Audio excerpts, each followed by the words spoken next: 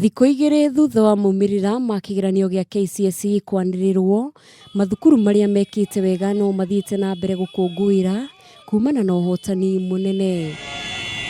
Mwaka ũyũ maumirira ma kaunti ya Narok makioneka marĩ mega kĩringithania na miaka 2 kana 3 mihituku, makĩria mwena-inĩ wa ciana cia airĩtu na iria igeragĩra mathĩna kĩhĩri ta ihiko cia tene hamwe na kuoha nda. Thukuru wa mũingĩ wa Moi Naikarra nĩ ũmwe wa mathukuru marĩa marakũngũĩra kaunti ĩno thutha wa kwandĩkithia mean score ya 6.6. Here we are at 6.6 and we want to thank God for that.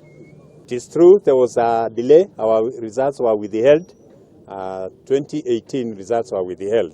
But after investigation by the Kenya National Examination Council, they set out free. Did not find any malice or any wrong, and we got our results. So we were here celebrating on February this year the results of last year.